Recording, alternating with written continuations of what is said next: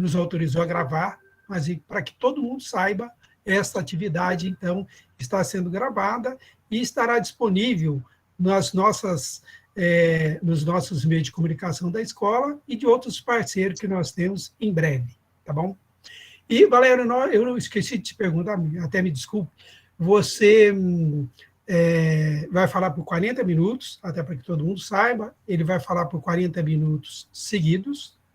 Depois, nós teremos um intervalo de mais ou menos uns 5 minutos, falaremos sobre a lista de presença, essa coisa, e depois retomamos com a participação de todos nós.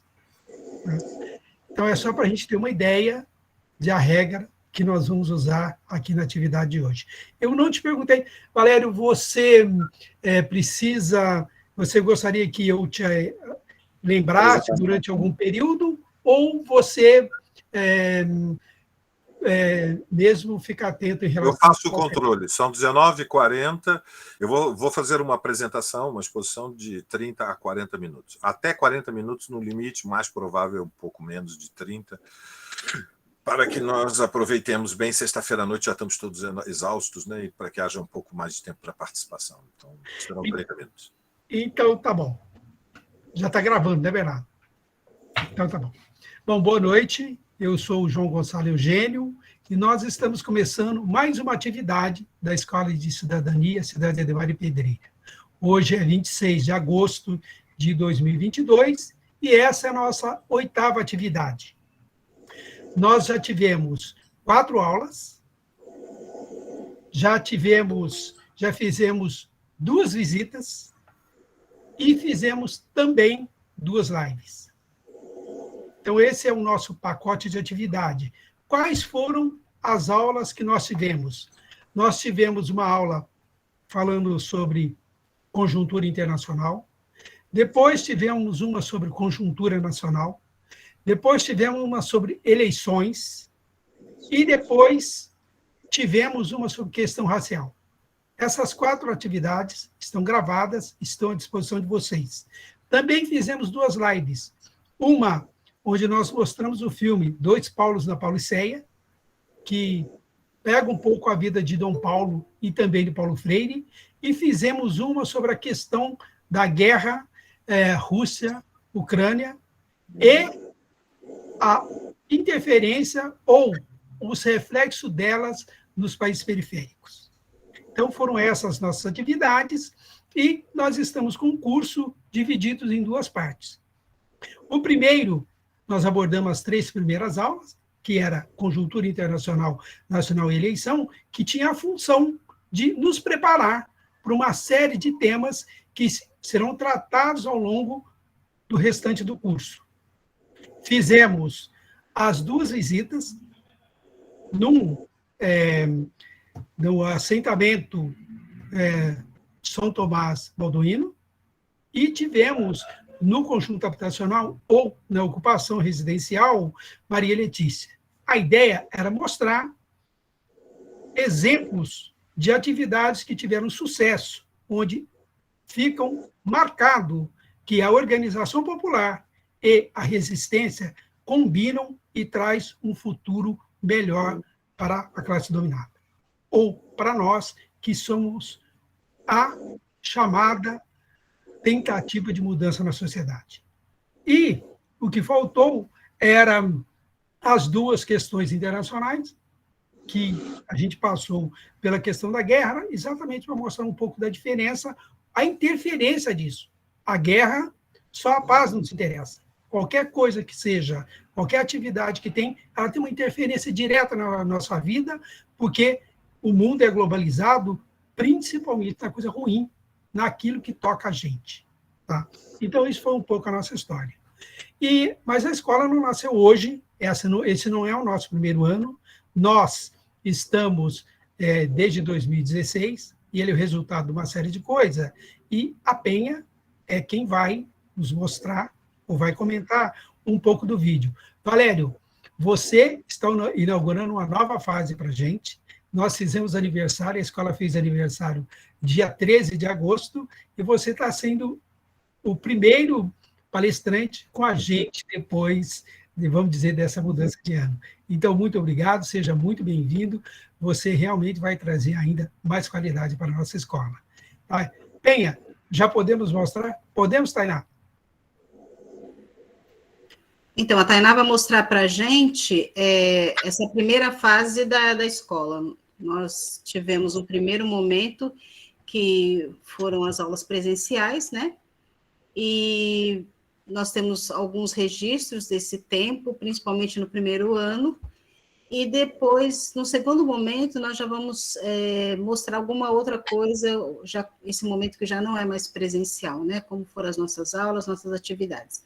Mas a Tainá vai mostrando para a gente a nossa história, a gente está contente por esses 6 anos. Então, Tainá, pode ir passando para a gente.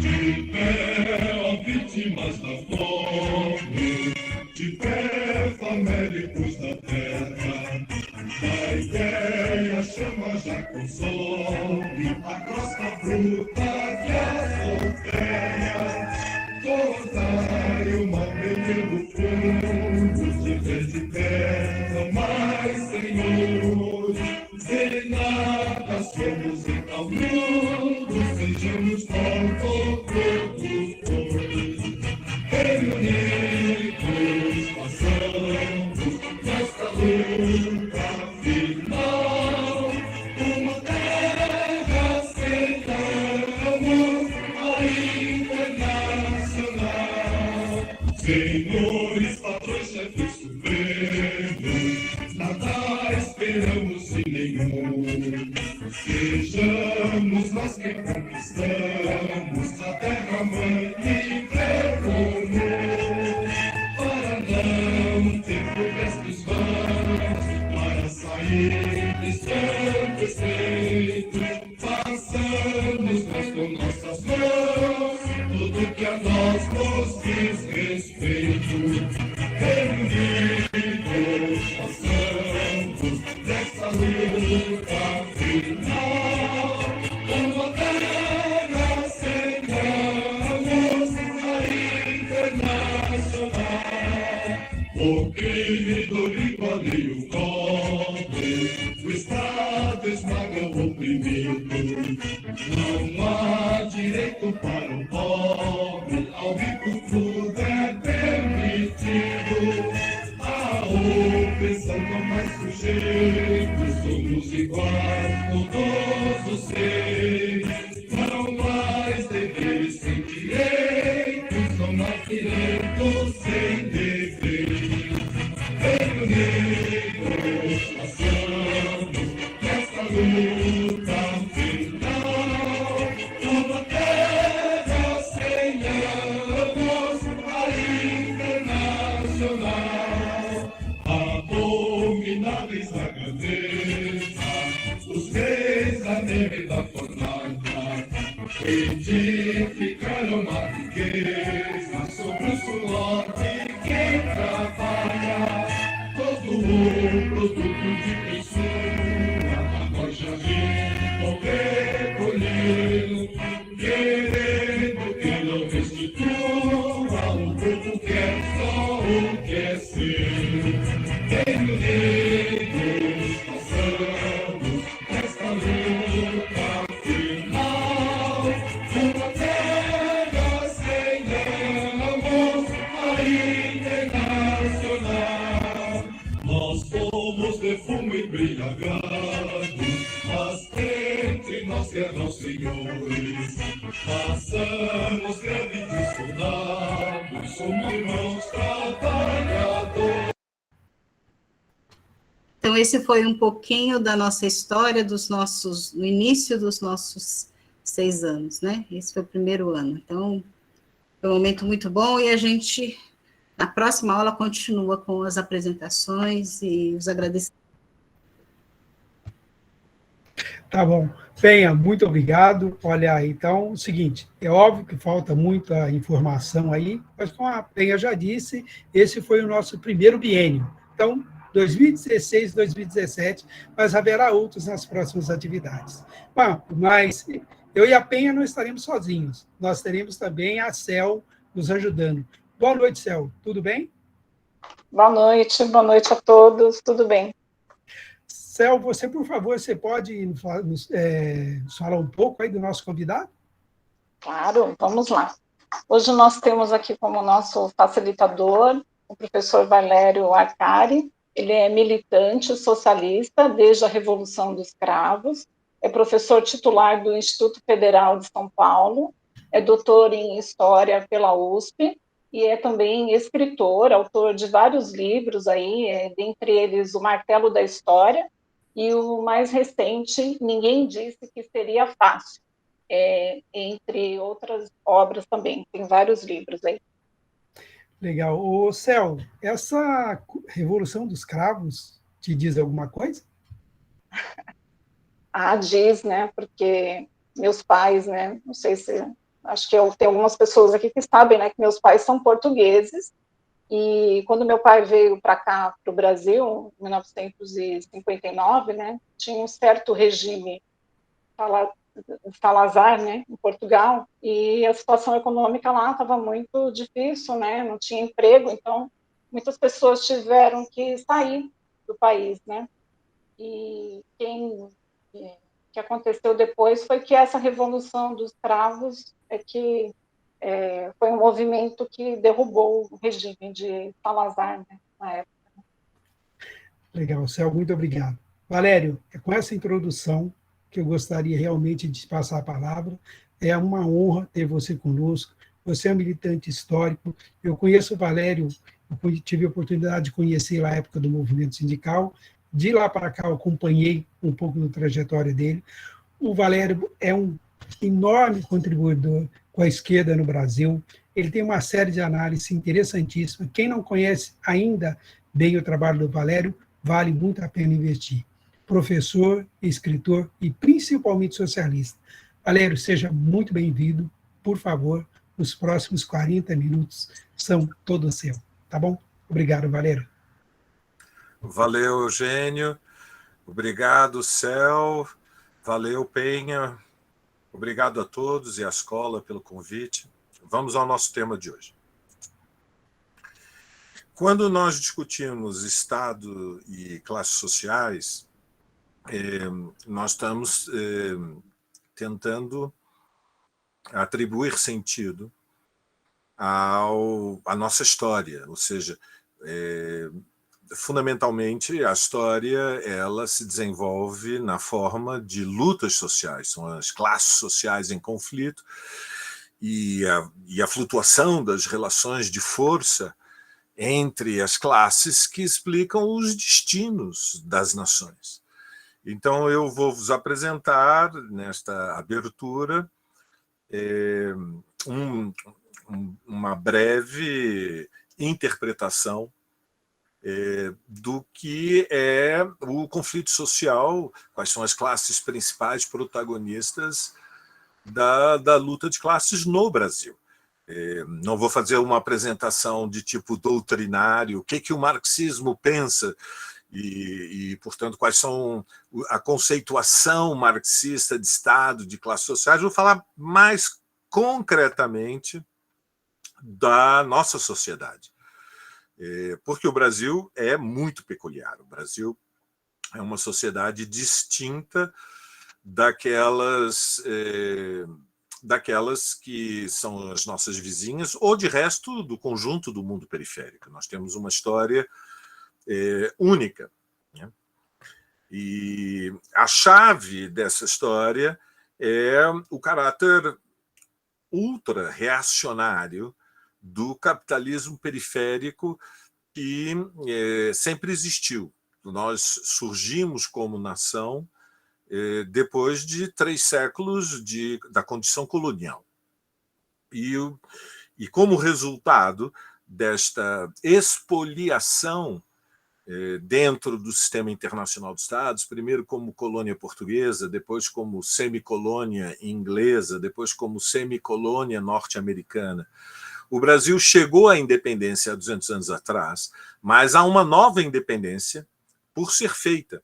Nós continuamos na periferia do sistema capitalista mundial, ou seja, nós somos fundamentalmente, dentro da divisão internacional do trabalho, um país que depende da exportação primária, da exportação de matérias-primas. Somos um dos maiores produtores de grãos do mundo, o maior produtor de suco de laranja, o maior produtor de proteína animal, o maior produtor de café. Fomos, no passado, o maior produtor de cacau, o maior produtor de café. E ficamos dramaticamente dependentes da necessidade de importar capitais. O capitalismo brasileiro ele tem um apetite insaciável de investimento externo. E toda a orientação da classe dominante é favorecer as condições para que haja investimento externo, porque são muito conscientes que, quando a economia brasileira não cresce, o conflito social fica muito mais agudo.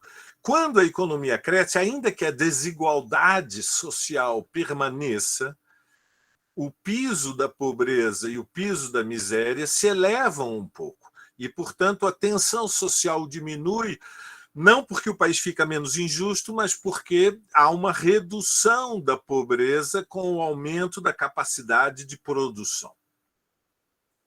No entanto, 200 anos depois da independência, o Brasil é ainda um país muito atrasado.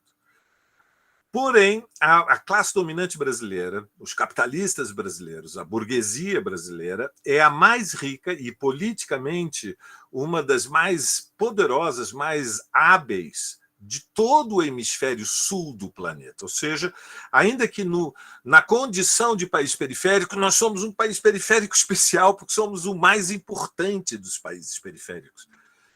Fomos, durante muito tempo, um dos 10 maiores PIBs. O Brasil ainda tem 40 milhões de consumidores de bens duráveis, portanto, tem um mercado interno que tem escala, tem importância no contexto da economia capitalista mundial. Em resumo, nossos inimigos são muito fortes. E isto contrasta com o nosso atraso econômico, social e cultural. Somos dramaticamente atrasados ainda em termos educacionais quando comparados com nações em estágio semelhante de desenvolvimento econômico, como, por exemplo, a Argentina ou o Uruguai. Ao mesmo tempo, e isso é um paradoxo, o Brasil tem o maior parque industrial do hemisfério sul do planeta. Ao sul do Equador, nenhum país tem um parque industrial como o brasileiro. Temos 20 regiões metropolitanas, 20 cidades, com 1 milhão ou mais de habitantes, sendo que 2 delas são macrocéfalas, ou seja, são desproporcionalmente gigantescas, São Paulo e Rio de Janeiro. 85%, ou seja, mais de 8 brasileiros em cada 10, estão concentrados em grandes centros urbanos. O Brasil é, em grande medida, um dos exemplos dos melhores da vigência daquilo que, na tradição marxista, se chamou a lei do desenvolvimento desigual e combinado. Ou seja, nós somos um país de contrastes. São Paulo, no seu gigantismo, tem um dos museus de artes mais importantes do mundo. Tem o Ibirapuera, tem avenidas monumentais, arranha-céus gigantes, tem hospitais que são centros de referência internacional, tem o Instituto Butantan, que é um dos principais centros de produção de vacinas do mundo, tem a USP, que é uma das maiores universidades do mundo, tem, sei lá, a Sala São Paulo, que é um dos centros de concertos de música erudita mais espetaculares do mundo, tem mais de 40 shopping centers, tem o Teatro Municipal, com as suas temporadas de óperas que competem com o Colón em Buenos Aires ou com o Metropolitan em Nova York. E o Rio de Janeiro não fica atrás. Ou seja, Rio e São Paulo estão entre as grandes metrópoles do mundo em qualquer escala. São expressão desta riqueza e poder da nossa burguesia, da sua potência. Mas quer dizer, para nós compreendermos este processo, entre 1950 e 80, o Brasil dobrava o PIB a cada década, em média. Vejam a velocidade desse desenvolvimento histórico. Foram necessários somente 30 anos para nós dobrarmos a população. Passamos de 50 para 100 milhões de habitantes em 30 anos. E, em termos reais, nesse intervalo histórico, que para muitos de vocês era a geração dos vossos pais, ou até mesmo dos vossos avós, a renda per capita, em 1980, já era 50% maior do que era 30 anos antes, em 50, 5 anos depois do final da guerra. Foi uma transição aceleradíssima, vertiginosa, do mundo agrário para a urbanização e para a industrialização. Foi a mais intensa no mundo antes do que está acontecendo na China, nestes últimos 25, 30 anos. E o Brasil era o país que recebia, na periferia, o volume mais elevado de investimento externo entre 1950 e 1980. Mas isso mudou. Demorou os últimos 40 anos para nós dobrarmos o que era o PIB de 1980. O que nós fazíamos em 10 anos, agora, consumiu 40 anos. Perdemos o capitalismo periférico, o impulso do crescimento muito intenso. Deixamos de ser um capitalismo de altíssima dinâmica para termos hoje um ritmo de crescimento que, quando pensamos em 40 anos, na média esteve entre 2,5% e 3%, que é muito pouco. E demorou também 30 anos, para dar um exemplo da crise social, para dobrar a escolaridade média. Somente em 2020 alcançamos uma escolaridade média para a população de 15 anos ou mais de 8 anos. Ela era em torno de 4 anos, né, para a geração anterior. E ainda temos, com esta escolaridade de 8 anos, uma escolaridade que é a metade dos países do sul do Mediterrâneo, que são os países que estão, vejam, na periferia do centro da Europa, onde a escolaridade média já é superior a 16 anos, agora, para a população de 15 anos ou mais. Ou seja, para verem o drama, quando considerado este universo, a população com 15 anos ou mais, nós ainda temos em 2022 quase 1/3 da população, 27%, que não atribui sentido ao texto escrito, que é semi-letrado, vive na condição de um analfabetismo funcional, ou seja, culturalmente está no universo do que era o mundo no século XIX. E portanto, isto exige uma explicação, porque senão caímos numa visão meio maniqueísta da história. É assim, este drama histórico é assim porque a burguesia brasileira é mais malvada que outras. Não, ela não é mais malvada. O que explica esta tragédia social, que explica que hoje tenhamos ainda 30 milhões de pessoas em condições de subnutrição, que estão passando fome todos os dias, para uma população estimada em 215, é que o traço fundamental que nós nunca podemos esquecer da nossa história, da história capitalista no Brasil, é que ele se implantou da forma mais atroz, desumana e bárbara possível, recorrendo à escravidão. O Brasil é muito diferente dos nossos vizinhos, Argentina, Uruguai e Chile, por isso, porque nenhuma nação no mundo contemporâneo, nenhuma, conheceu a escravidão em tão larga escala e por tanto tempo como o Brasil. Aqui, a burguesia começou a se formar no século XVI. Foi esse o alerta fundamental da obra de Caio Prado Júnior. Mas, paradoxalmente, a classe trabalhadora começou a se formar embrionariamente só no final do século XIX. Portanto, quando pensamos o Brasil contemporâneo, falar de uma classe trabalhadora urbana assalariada é algo que só adquiriu dimensão nacional nos anos 50. Portanto, não é possível lutar seriamente pela mudança da sociedade em que vivemos sem compreender como ela é. E uma das diferenças que distingue o Brasil é que esta classe trabalhadora, que é tardia, que é recente, a maior parte dos seus membros tem uma ou, no máximo, 2 gerações, ou seja, quando recuamos 2 gerações, a grande maioria do nosso povo, seus ancestrais estavam no mundo agrário, estavam no mundo do analfabetismo, viviam em condições subhumanas de superexploração. Mas essa nossa classe trabalhadora, que surge tardiamente, ela é, na média, muito jovem. Muito jovem. E é também uma das classes trabalhadoras mais poderosas do mundo. A nossa burguesia é uma das mais ricas, é a mais rica do mundo periférico. Mas a nossa classe trabalhadora também é uma das mais poderosas do mundo. São 2 gigantes. Não é uma das mais combativas, se nós aferirmos com indicadores de números de greves, nível de organização sindical,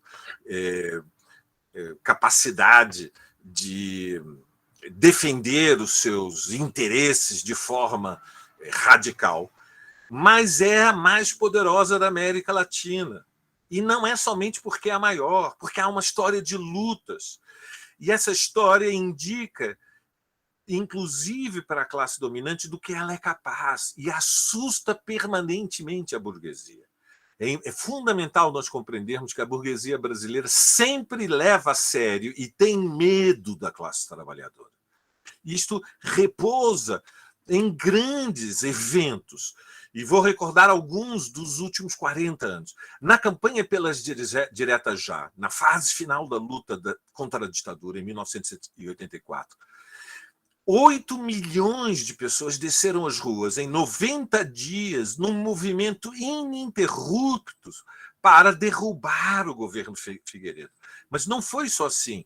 Entre 85 e 89, a classe trabalhadora brasileira foi aquela que fez mais greves no mundo. Fez vários movimentos de greve geral. Nenhum país do mundo teve o número de horas de trabalho sacrificados em greves, como foi a classe como foram aquelas que aconteceram no Brasil. Em 92, o movimento estudantil, a nossa juventude, foi a centelha, a faísca do Fora Collor. Conquistou a renúncia do primeiro presidente eleito depois de 30 anos. Ele foi eleito e 2 anos depois foi derrubado. Porque ao longo desses 45 anos, se quisermos, que vêm desde meados dos anos 70, a classe trabalhadora desenvolveu uma experiência de milhares de greves, das mais variadas categorias, que revitalizaram os sindicatos. Foram os professores, foram os metalúrgicos, foram os petroleiros. Nos anos 80 eram os bancários, foi a construção civil. É uma potência quando ela se coloca em movimento. E tivemos um processo de politização que resultou na construção de instrumentos de luta, ferramentas coletivas que são essenciais para traduzir interesses de classe. Surgiu o PT, que foi, no final dos anos 80, o maior partido, foi o surgimento do maior partido de esquerda no mundo, com a candidatura de Lula, que em 89 colocou em movimento centenas de milhares de pessoas numa campanha-movimento que garantiu que Lula fosse para o segundo turno. Depois tivemos um processo único, que foi a luta dos aposentados, depois do plano Zélia Collor, que comoveu o país. Os idosos saíram às ruas aos milhares para defender-se do governo Collor. Tivemos a greve dos petroleiros de 95, que exigiu de Fernando Henrique convocar o exército para ocupar militarmente refinarias, como em Paulínia, como em Cubatão. Tivemos em 97 a Marcha Nacional do MST, que saiu do Rio de Janeiro e atravessou o país até a Brasília, comovendo a nação. Um ano depois do massacre de Eldorado dos Carajás, colocando a luta pela reforma agrária no centro da agenda do país e com repercussão mundial, um movimento camponês que tinha capacidade de organizar milhares de ativistas, dezenas e dezenas de milhares de camponeses sem terra em acampamentos por todo o país, incluindo na Amazônia, inclusive na Amazônia. E imensos movimentos populares de luta pela casa própria. A expressão mais recente é o MTST, mas nós estamos falando de um movimento plural, imenso, de luta pelo direito de moradia. Temos um dos movimentos estudantis mais combativos do continente. Temos um movimento negro que assumiu um imenso protagonismo num país de maioria negra na reivindicação do direito às reparações históricas. Surgiu um movimento feminista que tem capacidade de organizar manifestações imensas, de centenas de milhares, como foi o Elinão na campanha eleitoral do segundo turno de 2018. O Brasil tem uma das maiores manifestações de orgulho gay do povo LGBTQIA+, do mundo. É uma das maiores do mundo na Avenida Paulista, todos os anos, há mais de 10 anos. Mas, por outro lado, vamos ver as nossas fragilidades. Nesses combates parciais, esse gigante, essa classe trabalhadora que é muito heterogênea, porque nós estamos falando de 12 milhões de operários industriais, estamos falando de 33 milhões de trabalhadores da iniciativa privada com carteira assinada, estamos falando de algo em torno de 13 a 14 milhões hoje de funcionários públicos, federais, estaduais e municipais. Ao mesmo tempo, portanto, que nós temos um pouco mais de 55 milhões de trabalhadores com contratos e com alguns direitos, fundamentalmente os direitos da CLT, registrados. Nós temos quase 40 milhões de trabalhadores na informalidade. Temos 10 milhões de trabalhadores que têm patrão, mas não têm contrato. Tem patrão e não tem contrato, está na informalidade. Temos 25 milhões que trabalham por conta própria, que são patrões de si próprios, se quisermos. E, portanto, é uma classe trabalhadora imensa, muitas e muitas dezenas de milhões de pessoas, num país em que a população economicamente ativa é estimada em torno de 105 milhões. A população adulta é estimada em torno de 160 milhões. Temos muita juventude. Ainda temos algo em torno de 33 milhões de aposentados. Ou seja, começamos a ter um estoque de população com 60 anos ou mais que não é mais quase invisível. A curva demográfica, né, está, digamos, abrindo a dinâmica de um lento, mas irreversível envelhecimento do país. E nesta história dos últimos 40 anos, a classe trabalhadora brasileira sempre foi mais radical nas suas ações do que nas suas reivindicações. Ou seja, o seu impulso, a sua força social de choque para a luta é maior do que o seu nível de consciência e do que a sua capacidade de manter uma organização permanente. É uma classe trabalhadora que, quando chega a hora do limite, ela é capaz de fazer ações de massas explosivas, que fazem tremer os prédios da burguesia na Faria Lima e na Avenida Paulista. Mas o seu nível de consciência esteve sempre num atraso relativo em relação à ação. A ação esteve à frente da consciência. As reivindicações foram quase sempre defensivas. A luta por melhores salários, ela é essa expressão da ilusão de que ainda é possível regular um capitalismo selvagem como aquele que nós temos no Brasil. Ou seja, é um povo trabalhador que moveu montanhas, mas para reivindicar muito pouco. E procurando, através dos processos eleitorais, né, o Lula lá, de novo agora em 2022, é o horizonte político que é reconhecido como possível e a melhor solução diante do que é a ferocidade, o perigo de represálias da nossa burguesia.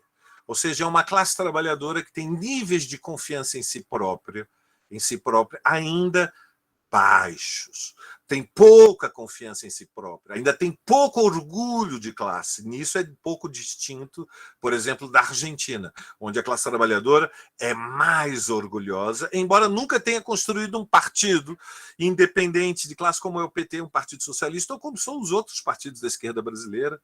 No caso, eu tenho responsabilidades no PSOL. Ou seja, é uma classe trabalhadora que teve a paciência imensa, enorme, depois de começar a lutar em 78, de esperar 20 anos, até 2002, para eleger o Lula. Uma imensa paciência histórica.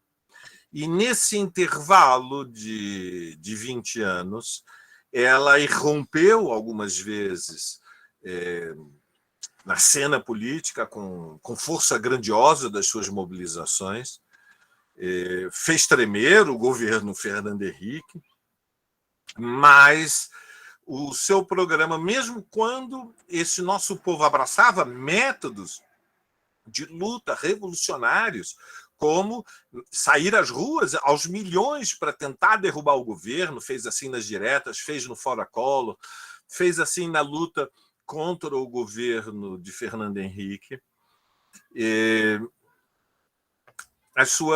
O seu horizonte histórico era reformista. O horizonte histórico era tentar, por dentro dos limites do regime democrático que nós temos, que é uma democracia muito limitada, como nós todos sabemos, tentar uma vida um pouquinho melhor.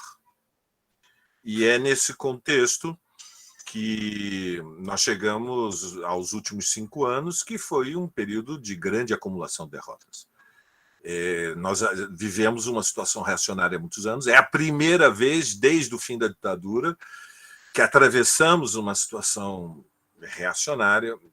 Foi um período muito amargo. Nós não conseguimos, o ano passado, na campanha pelo Fora Bolsonaro, colocar milhões nas ruas e, portanto, ao não termos uma dimensão nacional poderosa, não foi possível cercar o Congresso Nacional e abrir o caminho para o impeachment. E, portanto, ficou adiado para este ano a tarefa histórica fundamental da nossa geração, que é derrotar Bolsonaro. Foi digamos, uma crueldade da história. Vamos ter que aguentar este cavernícola até ao fim do seu mandato, porque a medição de forças com os fascistas ficou adiado para as eleições de 2022 e não vai ser fácil, né? Ninguém disse que seria fácil. Portanto, resumindo, nós temos um país no qual as duas classes sociais mais poderosas são os capitalistas. Nós estamos falando, quando pensamos no capitalismo brasileiro, é algo em torno de 2,5 milhões de proprietários, pequenos, médios e grandes. E nós temos o gigantismo da classe trabalhadora. Quando pensamos em trabalhadores assalariados, nós estamos falando algo em torno de 65 milhões de trabalhadores assalariados, com aliados em mais 25 milhões que são nossos aliados, porque são trabalhadores que não conseguiram emprego e sobrevivem em bicos, em trabalho por conta própria. É uma classe heterogênea. Mas entre essas duas classes, há a camada média. Então, quando pensamos em classes sociais no Brasil, nós temos que lembrar que também existem as camadas intermediárias entre a burguesia e a classe trabalhadora. As camadas médias no Brasil, elas cresceram desde o final da Segunda Guerra, mas elas são, comparativamente com a Argentina ou com o Uruguai, muito menores. Ou seja, uma das peculiaridades, uma das especificidades, se quisermos, uma das nossas jabuticabas, é que as camadas médias no Brasil, para o que é o gigantismo desse capitalismo periférico, são desproporcionalmente, em comparação, repito, estreitas, são pequenas. Nós estamos falando em torno de algo de 10 milhões de pequenos proprietários, e hoje, fundamentalmente, de uma camada de funcionários de alta escolaridade que são ativos e têm responsabilidades no setor privado e na gestão pública também. São aqueles que têm funções executivas, ou seja, têm alguma autonomia para tomar decisões e formam um colchão social que protege a classe dominante do gigantismo do povo trabalhador, do mundo do trabalho e da pobreza no Brasil. Não é possível nós entendermos o que aconteceu nos últimos 5 anos sem dizermos com todas as letras que a imensa maioria das camadas médias se deslocou para a direita. Ao se deslocar para a direita, apoiaram a Lava Jato, apoiaram a criminalização do PT e da esquerda, apoiaram o discurso contra o MST, contra o MTST, contra os sindicatos, referendaram a narrativa construída de que o problema do Brasil é que o povo tem direitos demais, que o salário mínimo cresceu demais, que os movimentos sociais são ativos demais, que tem feminismo demais, tem movimento negro demais, tem movimento LGBT grande demais, tem movimento estudantil tumultuando a universidade demais, e que é necessário restringir estes direitos, porque a classe média ela chegou à conclusão que é preciso um governo que reduza impostos, porque ela, espremida entre capital e trabalho, ela sustenta grande parte da arrecadação fiscal pelo imposto de renda e, ao mesmo tempo, tem que pagar a educação privada, tem que pagar o plano de saúde privado, tem que garantir o transporte privado. Ela se sente oprimida pela pressão das massas populares de um lado e pela pressão da burguesia do outro, e, ao girar à direita, ela deslocou para se aliar à burguesia. Isso explica, em grande medida, como é que surgiu uma corrente neofascista no Brasil. Ela tem audiência, não porque o Bolsonaro seja um gênio, o Bolsonaro é rudimentar, é tosco, é bruto, mas na sua simplicidade e ignorância, Bolsonaro é o porta-voz deste rancor, deste ressentimento das camadas médias, que viram a sua ascensão social interrompida e que se desgastou profundamente. Foi a máxima irritação contra os governos do Lula e os governos da Dilma. Em grande medida, é essa dinâmica que explica por que Temer conseguiu tomar posse, ou seja, nós não conseguimos uma mobilização contra o impeachment maior do que aquela que foi feita para apoiar o impeachment. Quando a maior manifestação que fizemos contra o impeachment foi em São Paulo, tinha entre 80 e 100 mil pessoas, e as manifestações a favor do impeachment eram de alguns milhões, mobilizaram em mais de 400 cidades acima de 5 milhões de pessoas. Isso só é possível porque a classe média se transformou nessa caixa de ressonância da classe dominante. Evidentemente, foi uma derrota. Não creio que tenha sido uma derrota histórica, no sentido de uma alteração irreversível por um longo período da relação de forças. Vocês sabem que nós usamos uma régua, chama-se estudar a relação de forças entre as classes, a relação de forças sociais e políticas, mas a relação de forças, ainda que não tenha sido uma derrota histórica, virou, né, e desfavoravelmente. Passamos a uma situação defensiva e viemos tentando recuperar posições, e acho que estamos avançando. É por isso que há favoritismo de Lula para o primeiro turno, é uma expressão de que acumulamos forças, que a experiência desses últimos 5 anos não foi em vão, mas a hora da batalha decisiva, que é a hora da vitória eleitoral, ainda está na nossa frente, não ficou para trás. Nesse intervalo de 40 anos, para concluir, o socialismo permaneceu como uma referência vaga para o setor mais avançado do nosso povo. Há uma simpatia pela ideia socialista, ou seja, pela ideia de uma sociedade mais igualitária, menos injusta. É uma aspiração de a maior justiça social. Eu creio que nós podemos dizer, ao longo desses 40 anos, a imponência da força, da superioridade moral e política da luta popular abriu um caminho nesse nosso país, nessa nossa nação, que tem uma maioria de pobres, de deserdados e alguns remediados, um país enorme, urbanizado em pouquíssimas décadas, mas ainda com pouca experiência política, frágil organização e independência, mas tem uma tendência inata à radicalização. E isso é o que deve animar a nossa esperança. Nós temos sempre na vida que ter fé.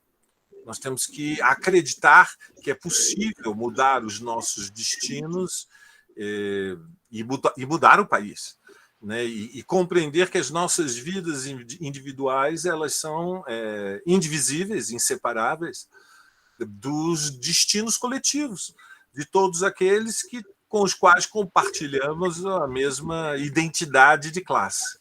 E, portanto, ser de esquerda, ser socialista, e, por suposto, para aqueles que têm simpatia pelo marxismo, isso significa que unimos as nossas vidas ao destino da classe trabalhadora. É com ela que é possível vencer. Obrigado. Fora Bolsonaro, viva a Revolução Brasileira. Eugênio. Obrigado, Valério. Você realmente, aliás, nem gastou os 40 minutos. Olha, estamos impressionados com essa capacidade de organização. Valério, muito obrigado, hein? Bom, agora é o seguinte, nós vamos partir para a segunda parte e o que precisamos fazer. O Bernardo ele vai conversar conosco sobre a questão da lista de presença e eu vou aproveitar para pedir o seguinte. As nossas contribuições podem ocorrer de duas formas. Por escrito, através do chat, que a Cel vai nos ajudar, e também as pessoas poderão fazer uma contribuição também usando o microfone. Então, eu pediria que as pessoas que assim o quiserem fazer, que levante a mão, para que a gente possa ir registrando, tá bom? Então, são essas duas formas de participação, e agora, enquanto o Valério toma uma água, enquanto nós relaxamos um pouco, o Bernardo vai conversar com a gente sobre a lista de presença e também um pouco do curso. Bernardo, por favor. Ok. Então, só lembrando, pessoal, o nosso combinado é o seguinte, a gente pede que vocês escrevam o nome aqui no chat, tá? Para a gente poder depois copiar, colar e ter a lista de presença. Por que a gente faz isso? Porque, às vezes, o login que vocês entram, né, com e-mail e tal, não permite que a gente reconheça quem é que entrou na sala. Então, a gente pede para vocês, nesse momento do curso, que assinem isso, inserindo, como estão fazendo, o nome na lista, né? Bom, eu também vou aproveitar e mostrar aqui para vocês como vai continuar o nosso curso, tá? Só para lembrar que a próxima aula vai ser dia 2, tá? A gente vai contar com a presença do professor Edson Teles, que vai falar sobre as Forças Armadas, né, na cena política hoje, a história disso também, ele trata desse assunto. E no dia 9, a gente vai ouvir a professora Fernanda falar sobre o sistema prisional, tá bom? Esse é o conjunto do curso, tá? Essas 4 aulas aqui. A gente ainda vai ter uma live, né, um encontro com o Frei Beto, que vai ser um encontro à parte. Quem quiser um certificado dessa atividade vai precisar se inscrever mais adiante, a gente vai divulgar o link para inscrição, tá bom? Então, só aproveitando aqui o momento para repassar as datas das próximas aulas, e lembrando aqui qual é a estrutura desse curso. A gente pede para assinar aqui no chat quem se inscreveu, né, nesse curso e tem interesse em receber o certificado, tá bom? É isso.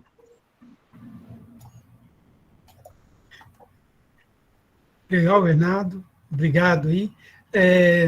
Até agora, eu não vi nenhuma inscrição para as pessoas apresentarem alguma questão, alguma contribuição, né? Então, opa, o Mauro está abrindo a fila, né? Legal. Mauro, só um instantinho. Então, vamos aproveitar, já que o Mauro já levantou a mão. Mauro, por favor, você pode nos falar um pouco do encontro literário, já que nós estamos no intervalo?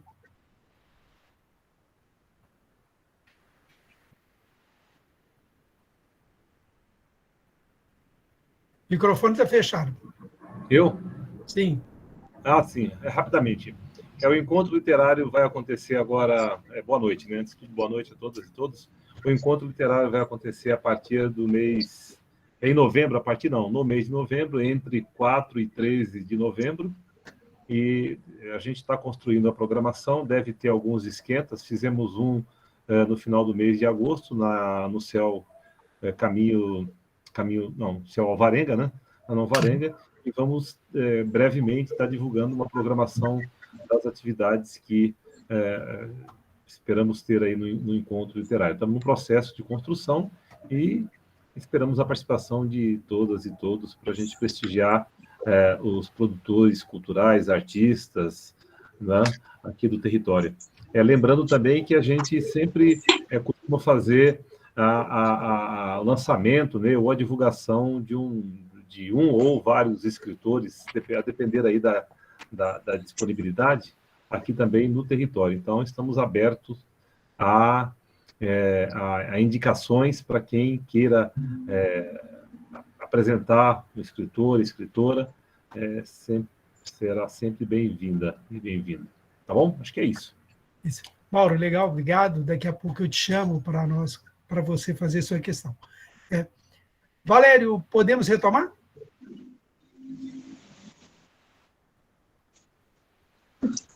Estou aqui.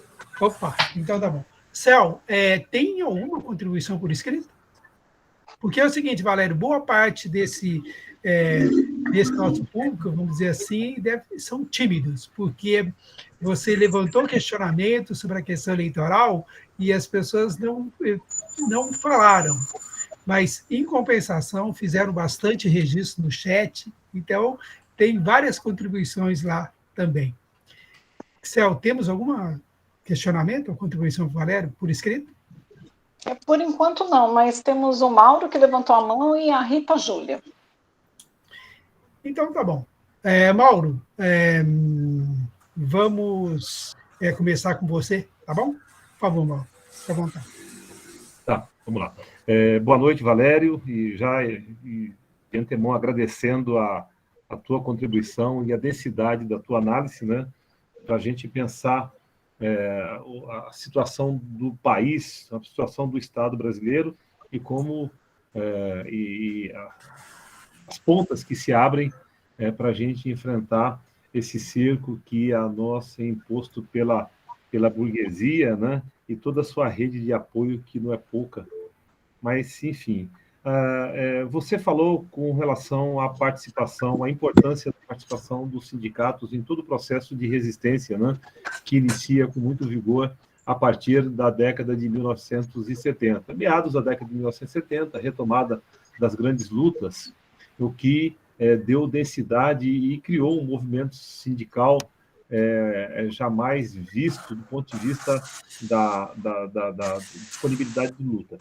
Por outro lado, esse movimento sindical também ele sofreu um processo de institucionalização, ou seja, ele não criou as condições para consolidar, pelo menos é a leitura que eu faço aqui, pode ser uma leitura pobre, mas, enfim, consolidar uma resistência ou um fortalecimento do ponto de vista de garantir que a classe trabalhadora tivesse uma consciência efetiva de classe, né?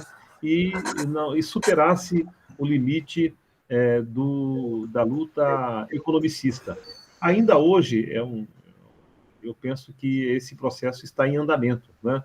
Veja a luta dos professores, professora da educação, né? Há uma mobilização significativa quando nós temos uma luta imediata, ou melhor, uma busca por ganho imediata. Por outro lado,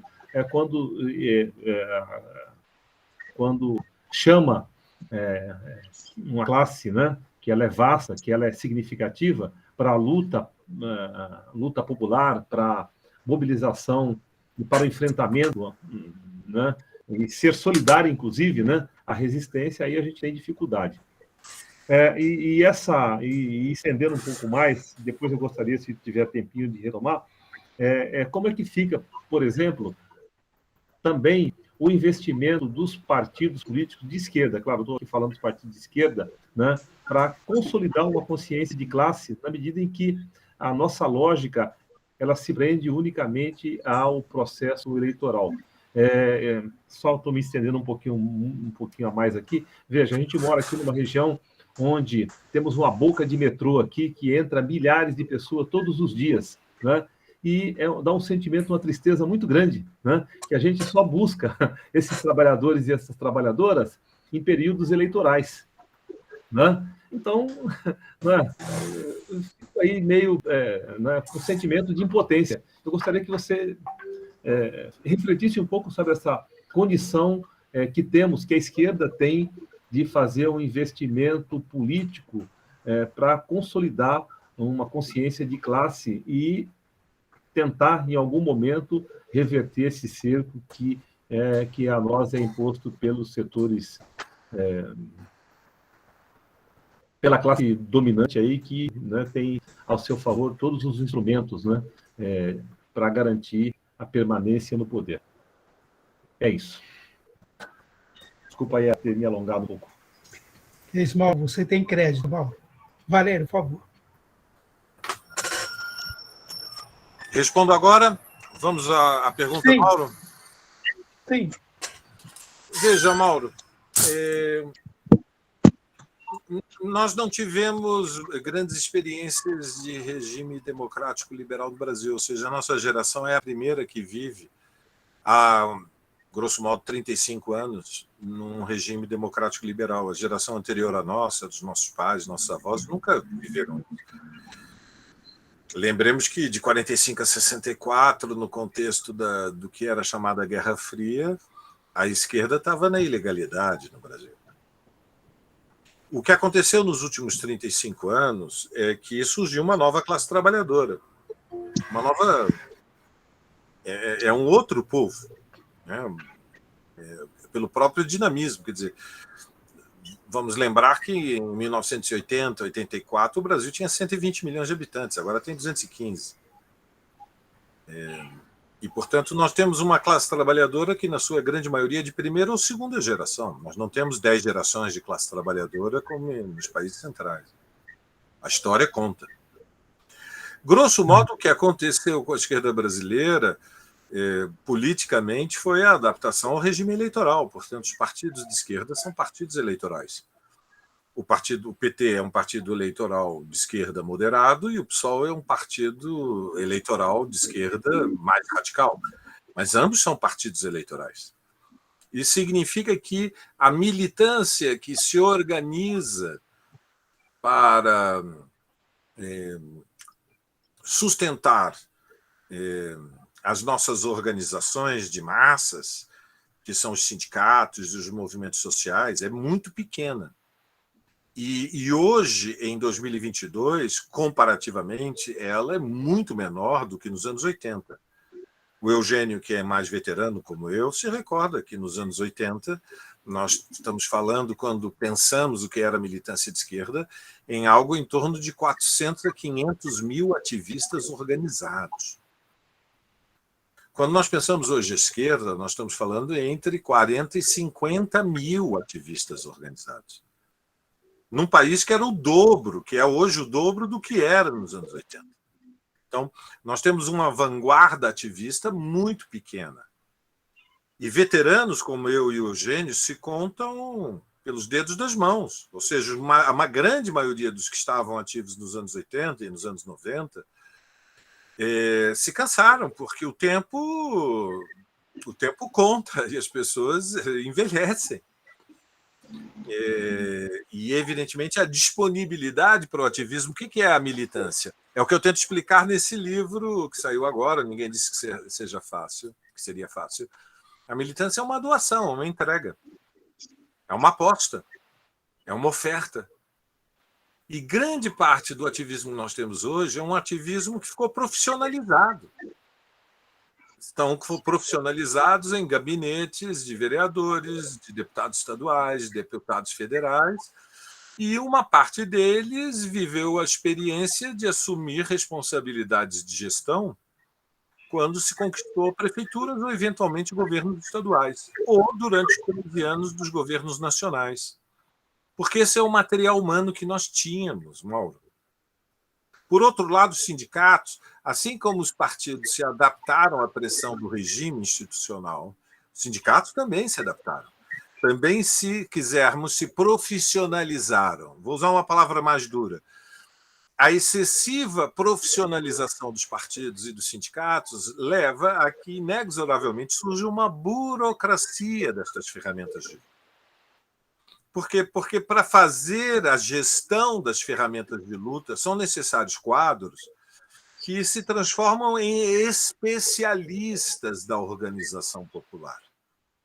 Mas eles têm que pagar conta do supermercado, pagar aluguel, eles têm responsabilidades com os seus pais, eles têm responsabilidades com seus filhos. Não é somente um processo, digamos, de decadência pessoal, embora haja elementos também de arrivismo, ou seja, de ascensão pessoal. Né? É muito duro ser professor. Você pegou o exemplo de professor. Bom, eu vivi uma experiência que, na tradição da qual eu venho de uma tradição que é trotskista. Para os trotskistas, a militância envolve, em determinado momento da vida, aqueles que não nascemos na classe trabalhadora, nascemos ou nas camadas médias, ou mesmo em setores da burguesia. Eu nasci nas camadas médias. Nos anos 80, para me aproximar do povo, fui ser professor da rede estadual na Zona Norte, na extrema periferia da Zona Norte, no Jardim Brasil, na fronteira com a Vila Nova Galvão, em Guarulhos. Ou seja, a militância me empobreceu, porque era isso que eu queria me aproximar do povo, eu queria conhecer o povo pelo qual eu estava lutando.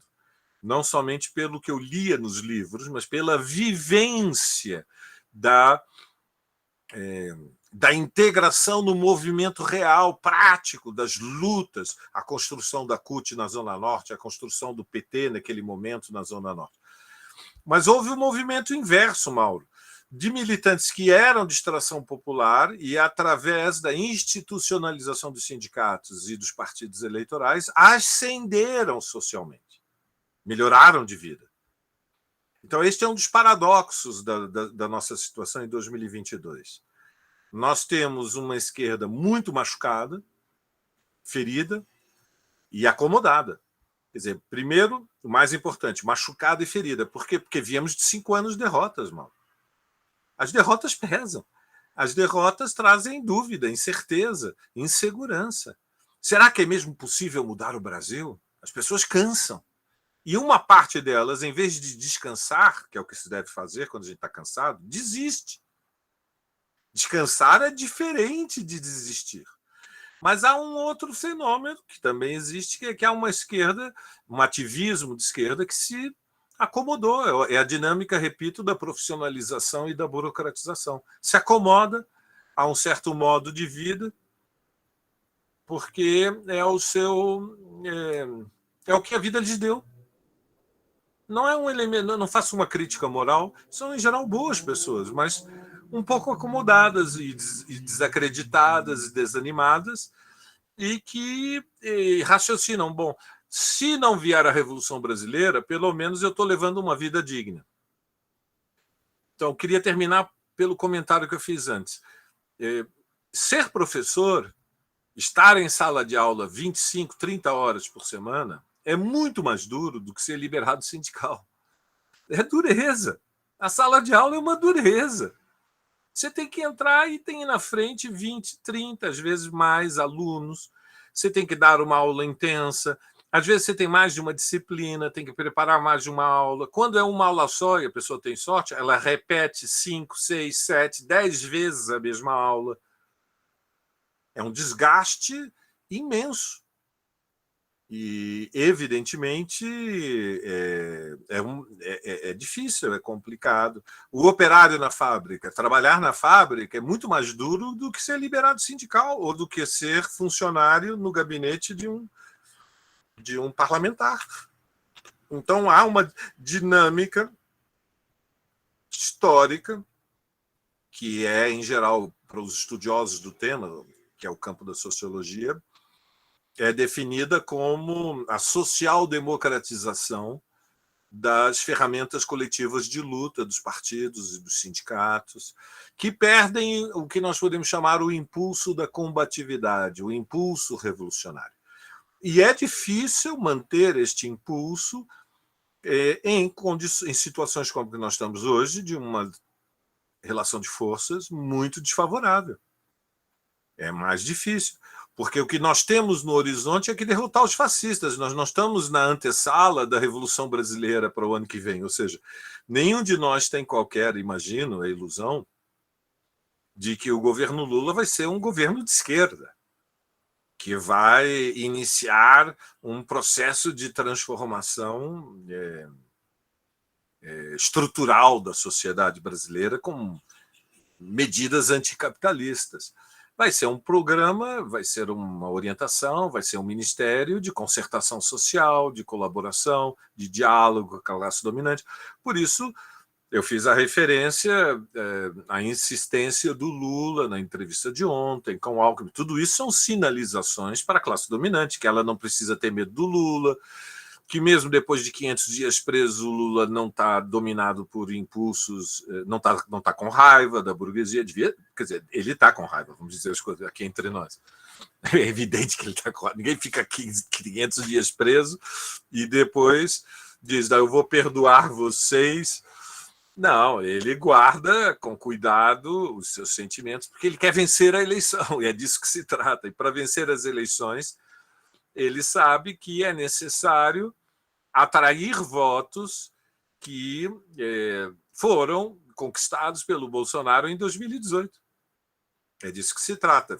Por isso é que ele ontem foi tão afável com os entrevistadores. Ele queria sinalizar a sua grandeza, né, diante de adversários que o trataram como um inimigo, que o trataram como um bandido durante anos. E ele, com grandeza, não hostilizou os entrevistadores, porque ele quer sinalizar que a sua vitória eleitoral abre um caminho para mudanças, mas nos limites do capitalismo, tentando pressionar a classe dominante a aceitar que algumas reformas têm que ser feitas. Eu sei que isso deixa angústia entre aqueles que estamos aqui hoje, que temos pressa, né? Nós temos pressa. Não temos por que não admitir. Nós estamos zangados. Morreu gente demais na pandemia. Nós estamos zangados. Nós estamos zangados com a miséria que nos cerca, nós estamos zangados com os incêndios na Amazônia, nós estamos zangados com o que fizeram no Ministério da Educação, nós estamos zangados com o governo Bolsonaro, as suas ameaças golpistas, os seus delírios fascistas, nós estamos zangados com a fúria das camadas médias que abriram o caminho para este cavernícola, né, este primitivo, chegar à presidência da República. Mas, ao mesmo tempo, nós não conseguimos colocar milhões nas ruas, vamos ser honestos. Alguns de vocês foram ao comício no Anhangabaú, naquela manhã gelada do sábado passado. O Eugênio levantou a mão, a Clara, a Clair também, eu também. Bom, mas nós vimos, nós éramos 25 mil lá, não éramos 250 mil. Né? Foi privatizado o Anhangabaú, cabem 40 mil pessoas naquela metragem quadrada. Nós ocupamos um pouco mais da metade, 25, talvez 35 mil, não muito mais do que isso. Então, 25 não é 250 mil. A gente tem que saber contar. É a expressão da relação de forças tal como ela existe. Praticamente era um evento de militantes. Vocês não encontraram velhos amigos? Eu atravessava, a gente ia encontrando gente. Quando a gente chega num ato em que você encontra um monte de gente, distribui uma enorme quantidade de abraços, é porque não tinha milhões nas ruas. Outra coisa é que há uma inclinação de milhões a votar pelo Lula. Por último, você coloca uma pergunta. Por que é uma classe trabalhadora tão imediatista? Por que é uma classe trabalhadora que luta por si mesma? Quer dizer, os professores lutam por si próprios, os petroleiros por si próprios, e a construção civil por si própria. Mas por que é tão difícil unir em torno das grandes causas, né? É muito difícil porque a história está como um peso sobre os nossos ombros.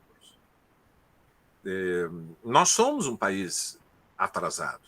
E a nossa classe trabalhadora é um gigante objetivo, mas tem pouca confiança em si própria. Tem pouca confiança, tem pouca consciência de classe. Claro que se as nossas ferramentas, as mais fortes, os movimentos populares, os sindicatos, os partidos de esquerda, se eles impulsionarem a consciência de classe, ajudarem, né? Porque o que os líderes falam tem importância, os líderes têm um papel educativo, é melhor. E nem sempre os líderes cumprem um papel educativo. Evidentemente. Mas são os líderes que têm apoio de massas. Quer dizer, esta é a liderança que nós temos. Então, eu não quero... evidentemente, eu sou contra o fatalismo, eu sou a favor de máximo ativismo, eu sou a favor de máxima esperança, eu sou a favor de máxima mobilização, mas com um cálculo racional de aonde estamos. Nós temos que saber aonde estamos. No momento em que estamos, há uma tarefa fundamental que é derrotar os fascistas. Com o Alckmin e com tudo. Quer dizer, eu não era a favor da aliança com o Alckmin, escrevi mais de uma dúzia de artigos contra a aliança com o Alckmin, mas com o Alckmin e com tudo, o Lula é, de fato, a liderança, o instrumento eleitoral que nós temos para derrotar o fascismo no terreno que a vida nos deu, que é o das eleições. Nada é mais importante que isso nesse momento. E é grandioso. Câmbio, Eugênio. Obrigado, Valério. Valério, é o seguinte, nós temos 2 inscritos, a Rita e o Juarez. Podemos ouvi-los? Claro. Então, tá bom. Rita, você primeiro, depois o Juarez, tá bom? Obrigado, Rita. Obrigado, Juarez. Tá ótimo. Oi, boa noite, professor Valério. Queria agradecer por essa aula maravilhosa. Muito obrigada. E eu não tenho esse conhecimento político que vocês têm, mas eu observo a sociedade e tem uma coisa que me deixa assim, muito impactada, porque eu olho para o nosso atual presidente e fico imaginando como é que esse homem chegou ao poder. Porque é uma coisa tão absurda, quando ele abre a boca, é muito, assim, uma barbárie, né? Uma atrás da outra. Então, eu fico pensando, será que isso foi um equívoco dessa chamada nova classe média, que confundiu poder aquisitivo, poder de consumo, com a estabilidade econômica? É uma pergunta simples, porque, assim, tem que ter uma justificativa. E nessa questão de ter o poder de consumo, se sente no direito de um julgamento social sobre o outro, porque há muito ódio, e, assim, ódio e descaso com o outro, independente do que seja. Então, até dentro da mesma, assim, professores, por exemplo, professores de determinada categoria, municipal, estadual, federal, há também um entendimento, é como assim, quem ganha mais está mais confortável. Eu não sei se eu estou falando alguma bobagem, mas eu sinto assim como se fosse uma confusão, um conflito econômico social. Assim, eu não pertenço. O fetiche de pertencer à burguesia seria isso? Genial. É uma coisa muito complexa que até agora eu não entendo. Eu olho para o homem que representa a nossa pátria, que é o nosso país, não vou dizer pátria, que nos representa, nós, e ele não corresponde, ele nos corresponde. Como é que esse homem chegou lá? Como aconteceu uma fatalidade dessa?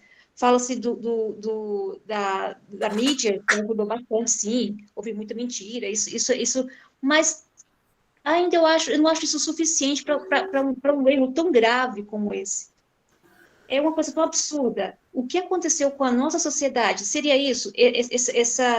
Esse equívoco da nova classe média, que pensou que tivesse alcançado essa burguesia, e então se voltou contra. Seria isso? Desculpa, é muito simplório, mas assim, até hoje, já está no final do mandato, e é tão difícil compreender isso. Obrigado, Rita. Juarez, por favor. Boa noite, gente de lutas. Minha pergunta é um pouco, no sentido, o Valério colocou a questão das mudanças que vem ocorrendo com relação à organização popular, a questão sindical, mas assim, a gente percebe assim, que cada vez mais tem mais trabalhadores e trabalhadoras no mercado informal, né? Quer dizer, cada vez mais se implanta as tecnologias, você vai diminuindo o número de pessoas trabalhando, e assim, um pouco assim, como você vê assim, no sentido de qual seria as formas de organização dessa classe, né, tendo em vista que hoje as fábricas vão cada vez mais reduzir o número de trabalhadores e trabalhadoras, porque antes a gente chegava, podia falar com uma grande quantidade de pessoas nas fábricas, né? E hoje praticamente tem diminuído muito, né? Então, assim, como você vê as formas de organização desse novo processo, que cada vez mais você vai ter mais trabalhadores e trabalhadoras na informalidade, né? Então, um pouco nesse sentido, gostaria que você colocasse aí para a gente estar pensando como seriam as formas de estar reorganizando, de organizar a classe trabalhadora nesse quadro de cada vez mais ela está mais fora do mercado de trabalho. Obrigado, Juarez. O Valério, o Aguinaldo, ele também se inscreveu. Podemos ouvi-lo? Claro. Então tá bom. Aguinaldo, por favor. É bem rápido. Boa noite a todos. Agradecer aí ao Valério e me desculpar também porque eu cheguei atrasado aqui, quase no fim da tua fala, professor, mas eu fiquei com uma preocupação na tua resposta para o Mauro, talvez por ter perdido a primeira parte da sua fala. Me pareceu, isso é do meu ponto de vista, claro,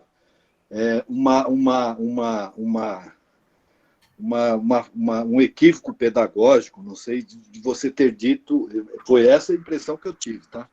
De você ter dito que derrotar o fascismo, o único processo que nós temos em mão é as eleições. Derrotando o Bolsonaro, a gente derrota o fascismo? É essa a pergunta.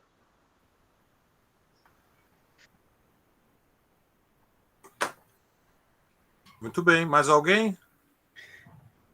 Não, não temos mais, Valério, por favor. Beleza? Então vamos. Vamos, porque já são quase 9 horas. Muito bem. A primeira pergunta, Rita. Veja, é claro que nós chegamos a essa situação por duas razões fundamentais. Não são as únicas, mas são as mais importantes, né? Todo problema complexo tem muitas determinações, muitos fatores. Mas nós, na análise, assim, na oralidade, nós temos que simplificar, vamos aos dois principais. Primeiro, nós chegamos a essa situação porque a classe dominante, a burguesia, que é invisível, ou seja, ao vivo e a cores, a chance de cada um de nós encontrar um burguês na vida, no Brasil, é puramente acidental. Quer dizer, se acontecer, foi no banheiro de um aeroporto e você nem vai saber que ele era burguês. A burguesia é uma classe invisível, ela circula num espaço que é paralelo ao da vida de todos nós. A classe burguesa no Brasil se unificou para derrubar o governo Dilma Rousseff. Quem abriu o caminho para a eleição de Bolsonaro foi a burguesia. Veja, é um paradoxo, porque em 2018 a maioria da burguesia apoiava o Alckmin, não o Bolsonaro. O candidato do grande capital em 2018 não era o Bolsonaro, era o Alckmin. Mas eles tiraram o monstro da jaula. Porque para derrubar Dilma Rousseff, eles tiveram que colocar em movimento as camadas médias mais reacionárias. Sem esta força social de choque de 5, 6 milhões de classe média nas ruas gritando: a nossa bandeira jamais será vermelha, vai para Cuba, ladrões, ladrões, ladrões. Lembram-se disso? Isto aconteceu. Sem esta força social de choque, não teria sido derrubado. O Eduardo Cunha não teria conquistado a maioria na Câmara dos Deputados se não tivesse uma ressonância nas ruas imensa a favor de derrubar a Dilma, inventando um pretexto ridículo que foram as pedaladas fiscais, que é uma arbitrariedade, porque, como vocês sabem, não foi nenhum, nem dois, nem três governadores que fizeram o tipo de contabilidade que o governo Dilma fez para fechar as contas em 2015. É uma manipulação política e ideológica. Então, a nossa grande pergunta é: por que a burguesia decidiu ir para o golpe e abriu o caminho para a eleição de Bolsonaro? Primeira pergunta. Segundo, por que a classe média foi furiosa às ruas? É a chave da situação atual. Então, a primeira pergunta: por que a burguesia derrubou o governo Dilma? Derrubou, Rita, porque eles têm um plano, eles têm uma estratégia, eles têm um projeto. O projeto deles é nivelar as condições de produção, as relações sociais no Brasil pelo nível que hoje prevalece na Ásia. Veja, os Estados Unidos, nos últimos 30 anos, a burguesia norte-americana, que é a que tem o maior entesouramento mundial, ou seja, o maior estoque de capitais disponíveis para investimento no mundo, está nos Estados Unidos. Depois está na Europa Ocidental e no Japão, mas em primeiro lugar está nos Estados Unidos. Os Estados Unidos, mas também a Europa, eles passaram 3 décadas fazendo grandes, gigantescos investimentos na escala de centenas de bilhões de dólares na China. Isto mudou, Rita. Mudou porque a China ganhou uma vitalidade dentro do capitalismo mundial que ameaça a supremacia norte-americana. Ou seja, Washington não pode continuar aceitando a ideia de que é o capitalismo norte-americano que financia o crescimento da China, que é um Estado independente. É um país subimperialista hoje, mas que ameaça se transformar numa das maiores potências imperialistas do mundo e que disputa com os Estados Unidos o lugar de potência hegemônica. Então, surge uma oportunidade no mundo periférico para receber uma parte desse imenso estoque de capitais. O projeto da burguesia brasileira é que o Brasil volte a ser, o que era até 1980, o principal destino desse investimento externo. O problema é que há um obstáculo no caminho. Esse obstáculo chama-se classe trabalhadora, povo brasileiro.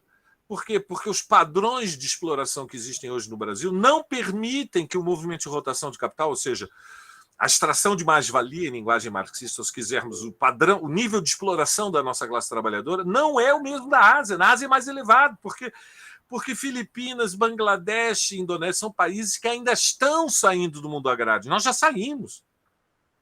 A nossa classe trabalhadora não vai aceitar em 2022 padrão de exploração que seus avós tinham em 1952.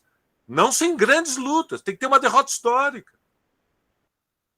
Mas o plano é esse. O plano é impor condições para reduzir o custo produtivo no Brasil. Para isso são necessárias 2 grandes mudanças. Uma, primeira, exploração da classe trabalhadora. 2, reduzir o custo fiscal do Estado. Por quê? Porque a democracia, se quisermos o regime democrático liberal, obrigou o Estado a criar uma máquina arrecadadora de impostos para sustentar algumas políticas públicas, sem os quais não tem eleições de 2 em 2 anos e paz social. O SUS custa caro, a Previdência Social custa cara, a educação pública custa cara. As aposentadorias do SUS são uma porcaria, é verdade. São 3 milhões de aposentados, dos quais 20 milhões ganham um salário mínimo. O problema, Rita, é que são 33 milhões. Não são 3 milhões, são 33 milhões. O SUS custa muito caro. Por quê? Porque é uma rede de serviço nacional de saúde da qual depende quase toda a população brasileira, porque mesmo os 45 milhões que ainda têm plano de saúde privada também dependem do SUS para algum tipo de procedimento, entende? Os mais complexos. Então, a primeira razão é por que a burguesia girou para o golpe. Porque chegou à conclusão que os governos do PT não iam fazer o dever de casa, que é o ajuste de tipo asiático. Por quê? Porque Se o PT fizesse isso, se autodestruiria. Ele não nasceu para fazer isso. Ele não nasceu para retirar direitos da classe trabalhadora. Mesmo na sua moderação, o papel do PT é tentar estender direitos, preservando o capitalismo, mas estender direitos, fazer reformas, mas progressivas. E aconteceram, ou seja, o salário mínimo realmente subiu acima da inflação. E a pobreza realmente foi reduzida no Brasil. E o sistema do SUS realmente foi fortalecido e a universidade pública realmente também foi fortalecida. Bom, segundo problema. Bom, isso é o plano da burguesia, mas a burguesia sozinha não podia ter feito isso. Tinha que ter um aliado fundamental. O drama é que nós, a esquerda, perdemos a camada média. Nós perdemos as classes médias. Depois de 13 anos do governo do Lula e da Dilma, as camadas médias ficaram profundamente rancorosas, porque quem melhorou de vida no Brasil durante os governos Lula e Dilma foram, de um lado, os grandes capitalistas, fizeram grandes negócios. Eles estavam felizes com o Lula até o impacto da crise externa. E, do outro lado, o povo trabalhador, em especial a parcela mais indefesa, mais vulnerável do povo trabalhador. Por quê? Porque surgiram políticas públicas, como o Bolsa Família, que mudaram a vida de dezenas de milhões de pessoas que não comiam proteína e passaram a comer. E quem não melhorou de vida? Na verdade, piorou. Quem piorou foram as camadas médias, porque as camadas médias dependem fundamentalmente do quê? Elas têm um padrão de consumo que repousa fundamentalmente no consumo de serviços. Claro que tem que ter alimentação, mas fundamentalmente o consumo da classe média é diferente do da classe operária e do povo pobre por causa dos serviços. Ela tem que pagar a educação privada, ela tem que pagar a saúde privada, ela tem que pagar o transporte privado, o carro, ela tem que pagar o plano de saúde do vovô, ela tem que pagar a mensalidade do clube, ela tem que pagar o cabeleireiro, ela tem que pagar o estacionamento, né? Então, esta camada média, temos que lembrar o seguinte, ela saiu das camadas populares há muito pouco tempo. Ela é toda de primeira geração também, é que nem a classe trabalhadora. E, portanto, ela sabe o que é o mundo da pobreza. E ela tem muito orgulho de ter saído do mundo da pobreza. E a classe média, ela acredita que ela saiu do mundo da pobreza pelo seu próprio mérito. Ela é meritocrática delirante. Ela acha, nós somos mesmo melhores. Quem ficou para trás porque era pior. É que eu estudei mais. As camadas médias não compreendem que o lugar que elas ocupam na sociedade decorre das relações sociais. Os seus pais, que eram trabalhadores, fizeram um esforço desgraçado para que elas estudassem em escolas melhores, para poderem ir para a universidade, que os pais nunca foram. Ao ir para a universidade, já entraram num ambiente onde tinham relações sociais que depois abriam oportunidades de emprego. E ela, no fundo, sabe, não eram os melhores alunos na escola, os membros da classe média. Não eram.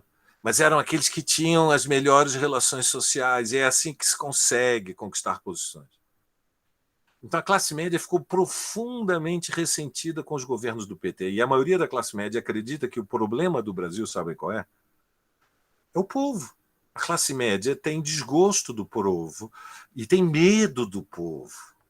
É verdade, é um sentimento de superioridade. Eu sei que não sei o que essa gente toma no café da manhã que produz esse estado alterado de consciência, mas tem realmente uma maioria na classe média que se acham melhores. Na sua maioria são eurodescendentes, são mais brancos.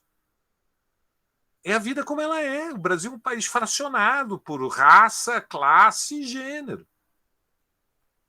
E, portanto, o rancor, o ressentimento foi muito grande porque, ainda por cima, o governo aumentou os impostos. Os impostos sobre a classe média cumpriram um papel muito importante. Não é uma questão secundária que o Lula, no Engabaú, tenha dito até R$5.000 ninguém vai pagar imposto de renda. Não caiu do céu essa proposta. Essa proposta é um diálogo que está tentando ser construído com aqueles que ganham acima de R$5.000. A classe média brasileira está toda acima de R$ 5.000, mas vai ser beneficiada pela isenção, entendem? Quando o piso da isenção sobe, todos os setores médios são beneficiados por causa da alíquota. Então, eu creio que esta é a questão central. Nós precisamos dividir a classe média para vencer as eleições. É verdade. Temos que dividir. Há uma parte dela que vai vir com o Lula, sabem por quê? Por causa da pandemia. O Bolsonaro vai perder essas eleições por causa da pandemia. Veja, claro que ele vai perder porque os pobres vão votar no Lula. Nós sabemos que aonde estava a grande vantagem do Lula? Até 2 salários mínimos, a maioria das mulheres, a maioria da juventude e a maioria do Nordeste. É aí que nós vamos vencer as eleições. Mas só isso não é o bastante. Vai haver um deslocamento nas camadas médias, porque o Bolsonaro foi de um obscurantismo, de uma obtusidade, desculpem, de uma crueldade, de uma estupidez durante a pandemia, que faz com que setores da classe média que têm escolaridade alta, que votaram no Bolsonaro, dizem é demais. E o único que pode derrotar o Bolsonaro é o Lula. Porque não surgiu a candidatura da terceira via. A maioria da classe média queria a terceira via. Só que a classe média é pequenininha no Brasil, entende? É muito estreitinha eleitoralmente. Não passa dos 4%, 5%. Então é a votação da Simone Tebet com uma boa parte da votação do Ciro Gomes. Não tem como enfrentar o gigante fascista com os seus 30% e o Lula com o potencial que é esse deslocamento em massa da classe trabalhadora, que é avassalador. Ele tem mais de 62% entre os mais pobres. Não é maioria. É avassalador, é um tsunami eleitoral. Imenso. Bom, a pergunta do Juarez. Mudo de assunto, Rita. Juarez. A informalidade é uma tragédia brasileira, não é de hoje, vamos dizer as coisas como são. A classe trabalhadora brasileira sempre teve essas duas grandes componentes. Os assalariados com contrato e os trabalhadores sem contrato. O que é próprio da situação atual é que, como estamos há 10 anos em estagnação, o capitalismo brasileiro hoje tem o movimento dele é de uma tartaruga tetraplégica com confusão mental. Ele não sai do lugar. Estamos há 10 anos sem sair do lugar. Estagnação. A renda per capita não muda há décadas. Perdeu o impulso de crescimento. Teve no passado, agora não tem mais. Muito bem. É isso que explica que nós temos 33 milhões de carteiras assinadas, mas temos 10 milhões com patrão sem carteira, e depois temos os 25 milhões que são empreendedores, entre aspas, na verdade são trabalhadores por conta própria que estão no sufoco. Né? Temos, sei lá, 3 milhões e meio como fazendo entregas, tem de tudo. Muito bem. O Juarez pergunta, como é que nós vamos organizar isso? Nunca ninguém no mundo até hoje conseguiu organizar isso. Então vamos começar com humildade. Não é só no Brasil que tem trabalhadores informais. Não é só no Brasil. Ninguém no mundo encontrou uma solução para isto.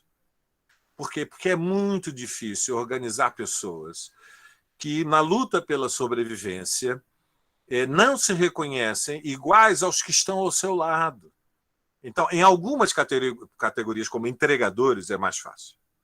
Aí há uma possibilidade. E surgiram movimentos embrionários. Vocês viram, não somente em São Paulo, em algumas outras cidades, movimentos que tentam dar forma ao que seria uma espécie de movimento dos trabalhadores dos aplicativos. É frágil, é muito difícil. E veja, não é que a esquerda tem um exército de militantes que pode se deslocar para fazer isso. Né? Não é assim. É difícil. Então, eu acho que nós devemos, digamos, ter sentido as proporções. A grande esperança da transformação do Brasil continua repousando nos setores, os grandes batalhões da classe trabalhadora que tem algum grau de organização sindical e popular. Aí é que está a grande esperança. É nos petroleiros, é nos metalúrgicos, é na construção civil, é nos professores, é nos médicos, é nas enfermeiras. São os grandes batalhões.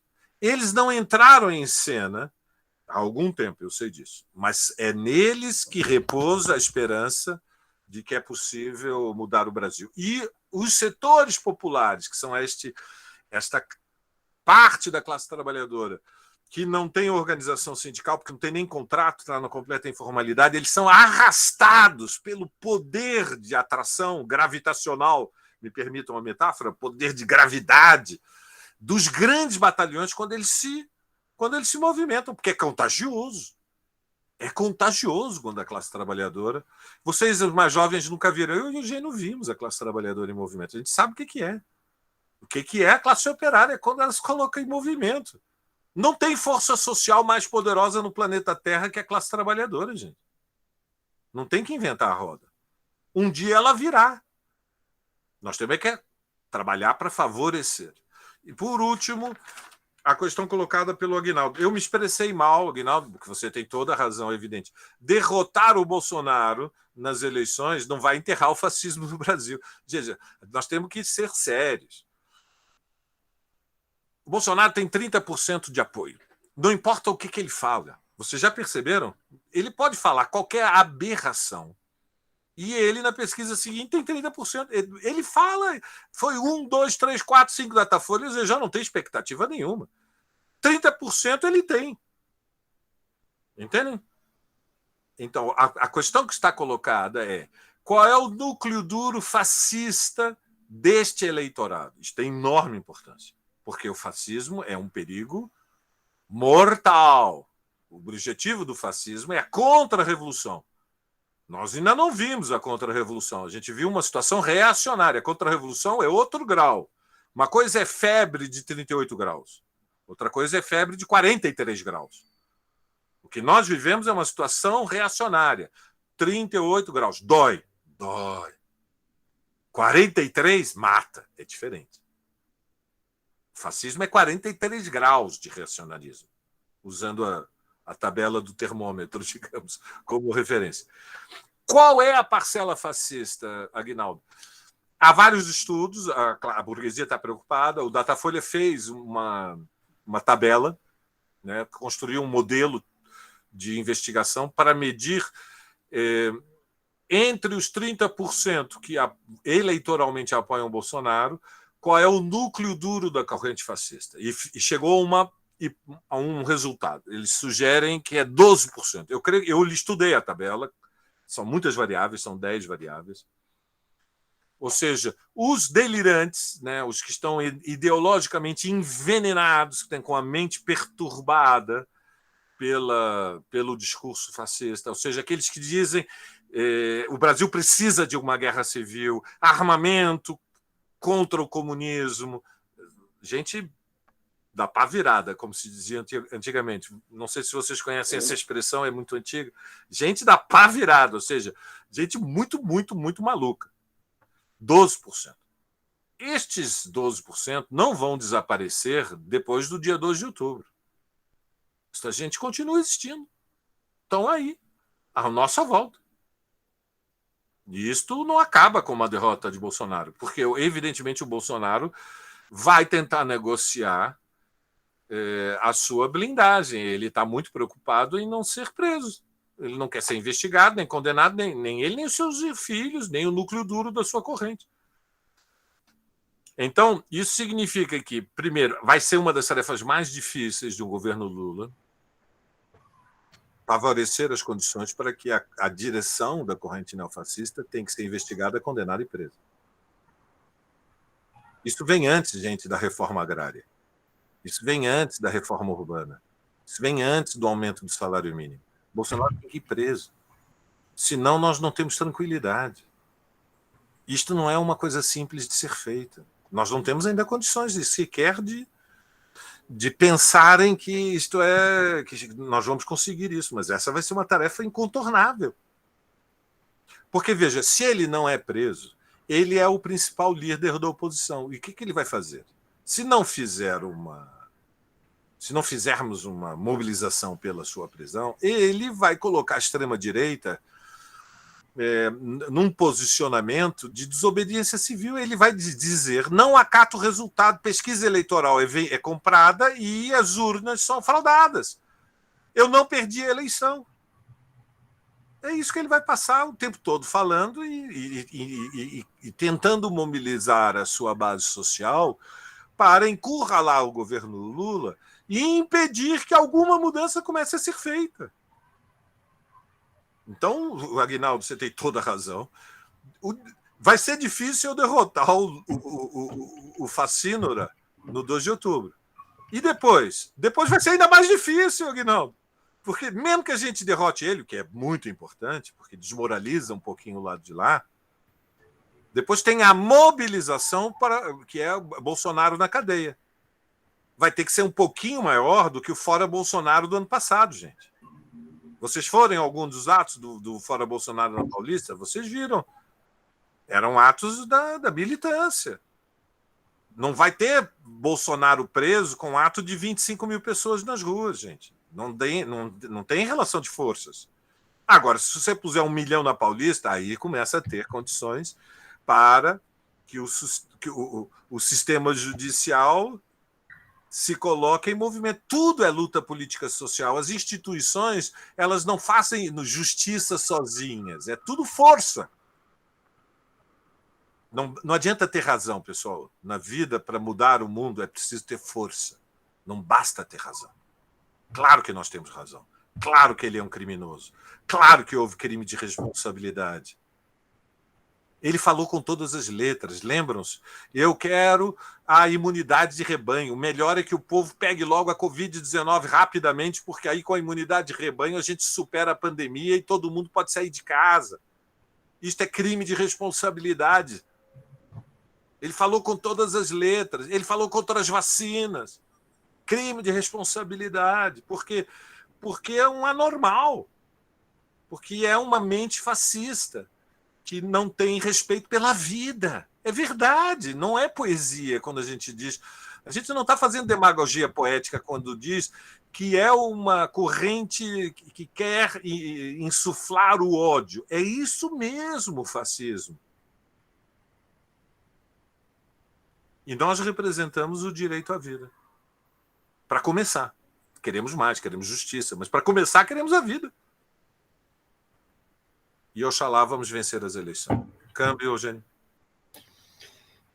Obrigado, Valério. Valério, tem o seguinte, nosso tempo está esgotando, mas tem uma questão do João Batista que ele fez por escrito. Ele aborda um pouco a questão do golpe, essa coisa toda. Podemos apresentar? Sim, claro. Pode ser? Então tá bom. É a última, né? Céu, você, por favor, você pode ler a questão do João, por favor? Claro, posso sim. Em se tratando da possibilidade de um golpe por parte do Bolsonaro, você não acha que somente a frente ampla eleitoral é arriscar demais? Como confiar em setores burgueses que participaram diretamente do processo de impeachment da Dilma?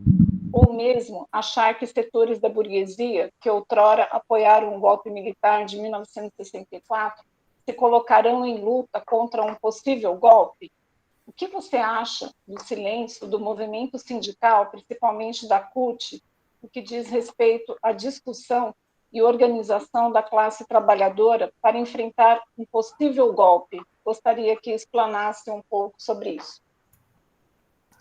Então, Valério, é o seguinte, como nós estamos realmente bem tarde, eu pediria que você respondesse e você já faz suas primeiras considerações finais? Pode ser? Com certeza, as últimas. Obrigado, Valério. Não, você é muito breve. Eu concordo, João Batista. Nós estamos arriscando muito, mas digamos, a direção que nós temos é essa, né? Eu não queria o Alckmin, não queria a frente ampla, eu queria uma frente esquerda. Eu não acho que era preciso o Alckmin. Eu acho que o Alckmin não traz voto. O Alckmin diminui rejeição, isso é verdade. Vamos também ser honestos. O Alckmin diminui rejeição, evidentemente, porque ninguém esqueceu que ele era um dos principais líderes da grande burguesia paulista defendendo o programa neoliberal, fez incontáveis privatizações, enfim. Mas é a vida, bom, isso digamos, é a força do Lula, é a força do lulismo. A esquerda mais combativa, digamos assim, mais radical, se vocês quiserem, nós não tivemos força para vencer essa luta política. O Lula botou como condição que a prerrogativa de escolher o vice era pessoal dele. E depois deixou que o Haddad também escolhesse a sua vice. Vocês sabem que foi a escolha pessoal do Haddad. Colocou ninguém menos que a esposa do Márcio França, que tem como biografia ser a esposa do Márcio França. E mais nada, porque ninguém sabia quem ela era. Não tem outro. O que ela fez na vida? Ela casou com o Márcio França. É uma coisa inacreditável. Bom, mas é a vida, são esses os nossos líderes majoritários, são eles que têm a maioria no PT. Eu penso que é um erro subestimar o perigo do golpe. Eu não acho que o plano A do Bolsonaro seja o golpe. O plano A do Bolsonaro é vencer as eleições, vamos dizer as coisas como são. Por isso é que ele tomou um monte de comprimido para ir na entrevista do Jornal da Globo. Vocês viram que ele estava mais dopado. Não é verdade? Estava completamente alterado quimicamente. Eu não sei o que ele tomou, mas forte. É um troço forte. Derruba elefante. Estava até meio abobalhado, né? Tinha um olhar assim meio aéreo, mas não respondeu, não xingou ninguém. Quer dizer, não é o Bolsonaro. O plano A é vencer as eleições. Mas ele tem dois planos, porque é um fascista. Então, ele disputa a eleição, tem um pé na legalidade, tem um pé fora. E o pé fora é o 7 de setembro. Por quê? Porque ele, agitando a horda fascista, colocando milhares nas ruas, ele tenta impactar, tenta crescer eleitoralmente, tenta chegar ao segundo turno. Veja, neste momento, o Bolsonaro tem um plano na vida, chegar ao segundo turno, porque há o perigo dele perder no primeiro. E, claro, há a chance de nós ganharmos no primeiro, que seria um sonho maravilhoso, certo? É quase um momento de excitação erótica. Bolsonaro perder no primeiro turno levanta qualquer um. Mas o medo dele é não ir para o segundo turno. E o plano do 7 de setembro é fazer uma subversão, um alvoroço, uma arruaça, uma bagunça, uma provocação, para depois fazer agitação nas redes sociais, com as imagens. Vai ter de tudo, vocês já sabem. Vai ter tanques, vai ter esquadrilha da fumaça, vai ter paraquedista. Vai ter paraquedista em Copacabana. Né? Vai ser um show de horrores. E uma quantidade imprevisível de gente amalucada que é a favor da guerra civil, seguindo esse delirante, esse irresponsável. Claro, eu penso que o movimento sindical, a CUT, não levam muito a sério o perigo que é Bolsonaro. É um paradoxo, né? Porque se alguma coisa a gente via aprender dos últimos 5 anos é que o Bolsonaro merece ser levado a sério. Ele é mesmo perigoso, entende? Ele tem mesmo liderança, ele tem mesmo apoio, ele é mesmo um perigo, não é um blefe. Ele faz blefes e mente o tempo todo, mas ele em si não é um blefe. Ele é o representante de uma corrente fascista. Nem toda a extrema-direita brasileira é fascista, mas ele é. Então, é disso que se trata. Acho que subestimar Bolsonaro é um erro dramático e, oxalá, nós tenhamos a coragem e a lucidez de levar a sério o que vem pela frente. Significa que a vida pede de nós militância, Eugênio. A vida de nós, Aguinaldo, Penha, a vida pede de nós ativismo. Nós temos que ajudar a construir as mobilizações, a gente tem que fazer campanha eleitoral, a gente tem que falar com as pessoas, a gente tem que ouvir desaforo, aceitar que a vida é assim, mas tentar construir um diálogo com quem não concorda conosco para ver se conseguimos virar alguns votos. É a vida como ela é, cruel, não é moleza o Brasil. Não é moleza, o Brasil é duro, ninguém disse que seria fácil. Obrigado pela o acolhimento, pelo convite, pelas palavras bonitas que surgiram no chat, que eu acompanhei, pelos sorrisos das imagens das câmaras abertas. Viva a escola, viva a esquerda brasileira, fora Bolsonaro. Vamos levar o Lula para a vitória e vamos ter a estratégia. A estratégia é a Revolução Brasileira. Ela virá. Obrigado. Obrigado. Valério, você tem mais 5 minutinhos? Tem mais uma pergunta? Eu não acredito. Não. É só para que a gente possa despedir de você, pode ser? Ah, sim, claro. Tá, então, primeira coisa, eu fico muito feliz de nós começarmos o nosso 6º ano com 2 pés esquerdos. Que maravilha que nós, de fato, estamos caminhando nessa direção. Essa sua explanação foi fantástica, exatamente do nível de Valério. Muito obrigado por tudo. Você aguarda um minutinho aí. Vamos começar pela Penha. Penha, suas considerações, por favor, e obrigado por dividir com a gente essa atividade. Nossa, eu quero agradecer, foi uma aula fantástica, eu anotei um tanto de coisa, eu fiquei o tempo todo anotando, e porque, assim, tem perguntas que a gente fica o tempo todo, eu estava lembrando, logo no começo que a gente estava falando sobre ontem, né?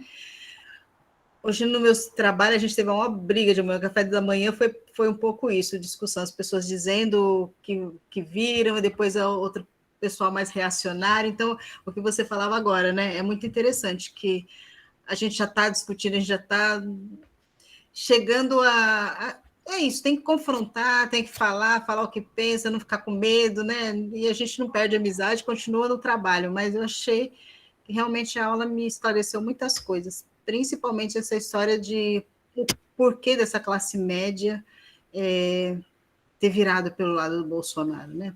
Então, para mim foi muito legal. Muito obrigada mesmo. Bernardo, por favor. Então, só agradecer. Obrigado mesmo, Valério, pela aula, pela sua presença aqui com a gente. Um prazer muito grande. E até a próxima. Espero que você volte. Céu? Só agradecer também. Muito obrigada, professor Valério. Foi encantadora a sua palestra. Muito obrigada pelas informações, muito rico o seu conteúdo, e espero vê-lo numa próxima aí, se Deus quiser. Obrigado, Céu. Valério, é o seguinte, nós temos um problema nessa escola, porque ele tem porta de entrada e costuma não ter porta de saída. Nós tivemos várias pessoas que já tiveram aqui várias vezes, e nós gostaríamos muito de poder contar com você na oportunidade. Você, de fato, nos abrilhantou com uma apresentação fantástica. Então, eu quero agradecer a coordenação pela confiança desse trabalho, mas, em nome da coordenação, te agradecer por essa atividade. Tá? E como o Mauro já falou, inclusive, do encontro literário, eu sei que, como você é um escritor, qualquer coisa, se tivermos possibilidade de repente, contar com você também na questão do encontro literário, será um prazer enorme, tá bom? Valério, obrigado por nos ceder a sua agenda, eu sei o quão ela é disputada, então foi maravilhoso ter você, tá bom? Obrigado, Valério, obrigado, pessoal, e um abraço aí para todo mundo. Legal? Obrigado, gente. Até mais.